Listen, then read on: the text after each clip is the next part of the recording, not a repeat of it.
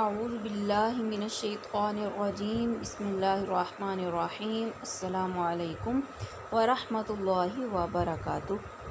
آج کی یہ ویڈیو اپنے ترجمۃ القرآن یعنی کہ ترجمہ قرآن کے طلباء اور طالبات کی پیش خدمت ہے، اور اس ضمن میں سب سے پہلے جو بات شیئر کرنا میں ضروری سمجھتی ہوں وہ یہ ہے کہ قرآن یعنی کہ وہ کتاب جس کا ہم ترجمہ پڑھنے جا رہے ہیں، اس کے لغوی معنی ہے بار بار پڑھی جانے والی کتاب، جبکہ اصطلاحی طور پر اس کی لغت عرب کے عین مطابق تعریف آپ کے پیش خدمت اسکرین پر موجود ہے۔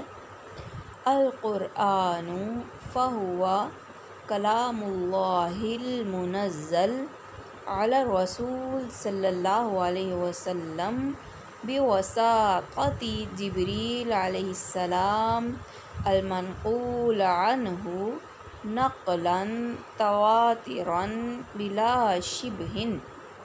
اس کا ترجمہ یا یوں کہہ لیجئے کہ اردو زبان میں قرآن کریم کی تعریف اس طرح ہے: قرآن اللہ کا وہ کلام ہے جو جبریل علیہ السلام کے ذریعے رسول صلی اللہ علیہ وسلم پر نازل کیا گیا اور آپ صلی اللہ علیہ وسلم سے نقلاً تواتراً منقول ہے۔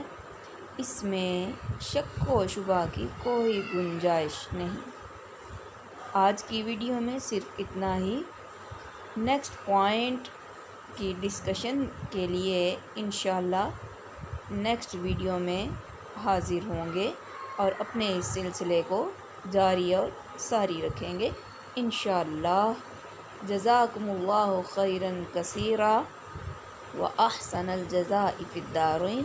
السلام علیکم ورحمۃ اللہ وبرکاتہ۔